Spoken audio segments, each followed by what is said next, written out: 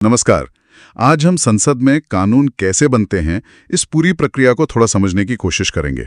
हाँ, हमारे पास संसद द्वारा विधि निर्माण पर कुछ जानकारी है। बिल्कुल, और इसी के आधार पर हम देखेंगे कि ये जो अलग अलग तरह के बिल होते हैं, विधेयक जिन्हें कहते हैं, वो क्या हैं और कैसे वो कानून बनते हैं। हाँ, और ये समझना काफी जरूरी भी है क्योंकि देखिए, हर बिल एक जैसा नहीं होता। अच्छा, उनकी प्रकृति अलग होती है, उनकी प्रक्रिया भी अलग होती है और इसका सीधा असर पड़ता है कि वो कानून कैसे बनेगा।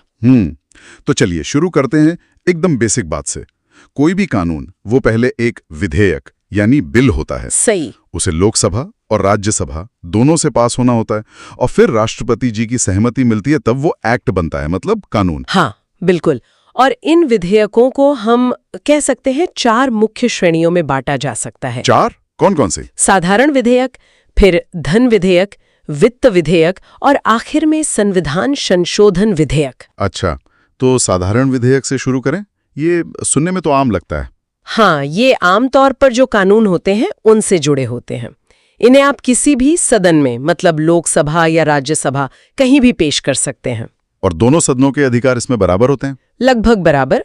अगर दोनों सदनों में मान लीजिए किसी बात पर सहमति नहीं बनी, तो अनुच्छेद 108 है संविधान का। हाँ, वो ज्वाइंट सिटिंग वाला। बिल्कुल, उसके तहत संयुक्त बैठक बुलाई जा सकती है और राष्ट्रपति चाहें तो इसे पुनर्विचार के लिए वापस भी भेज सकते हैं एक बार। ठीक है, अब आते हैं धन विधेयक पर। अनुच्छेद 110, ये तो नाम से ही लगता है कि पैसे से जुड़े होगा। हाँ, ये पूरी तरह से वित्तीय मामलों के लिए ही है, जैसे कोई नया टैक्स लगाना है या हटाना है। अच्छा। या सरकार को उधार लेना है, या फिर जो भारत की संचित निधि है, मतलब सरकार का मुख्य खजाना।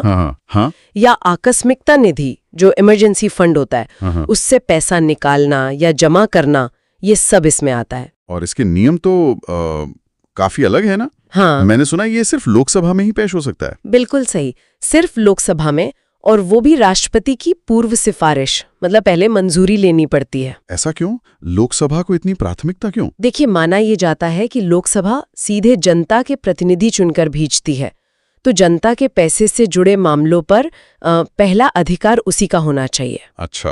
राज्यसभा इसमें क्या कर सकती है?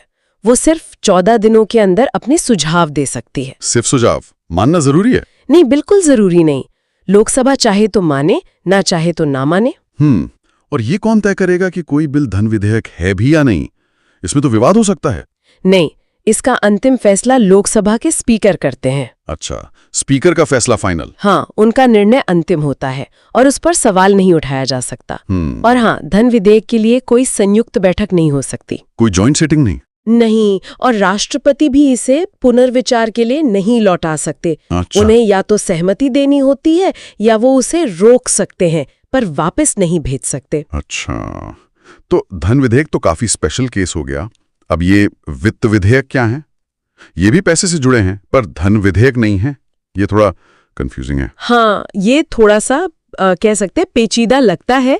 वित्त विधेयक भी वित्तीय मामलों से ही जुड़े होते हैं, पर उनमें धन विधेयक वाली सारी शर्तें पूरी नहीं होती। अच्छा।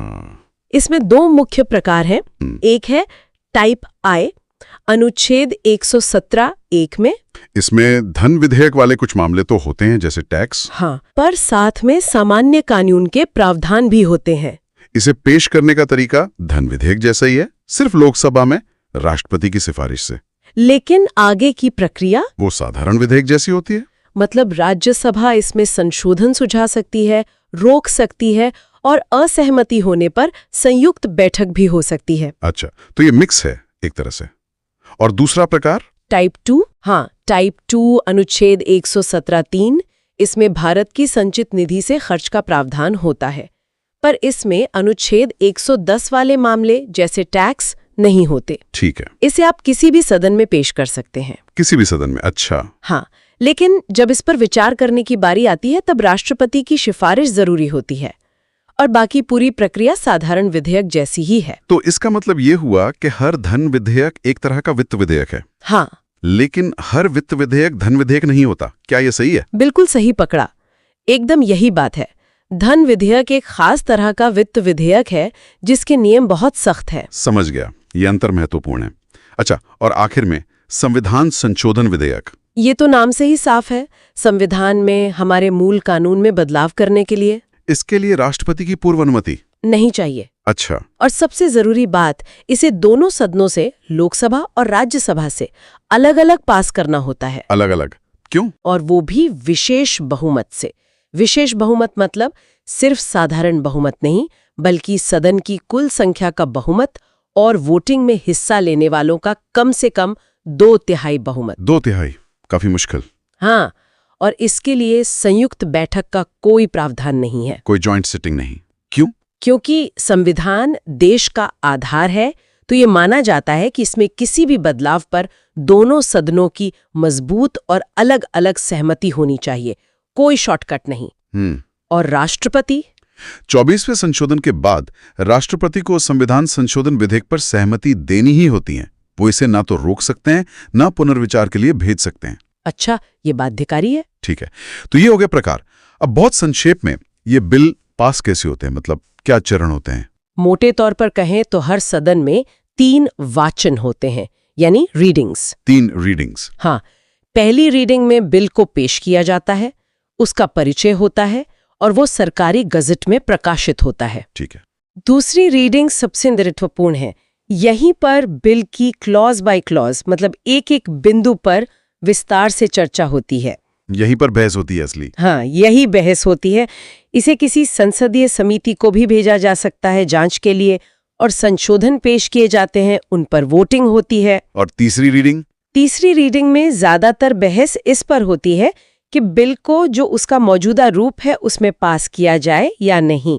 बड़े संशोधन इस स्टेज पर कम ही होते हैं, फिर फाइनल वोटिंग होती है। और एक सदन से पास होने के बाद वो दूसरे सदन जाता है, वहां फिर से यही प्रक्रिया, पहला, दूसरा, तीसरा वाचन। अगर दूसरा सदन भी पास कर दे तब वो राष्ट्रपति के पास जाता है सहमति के लिए।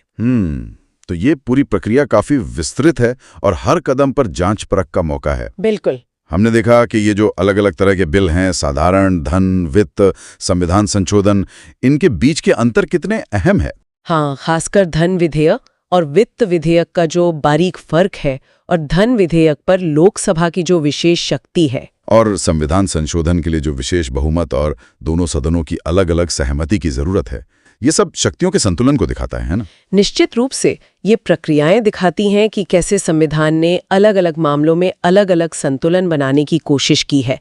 वित्तीय मामलों में लोकसभा को प्रधानता दी, तो संविधान संशोधन जैसे अहम मुद्दों पर दोनों सदनों की बराबर और मजबूत भूमिका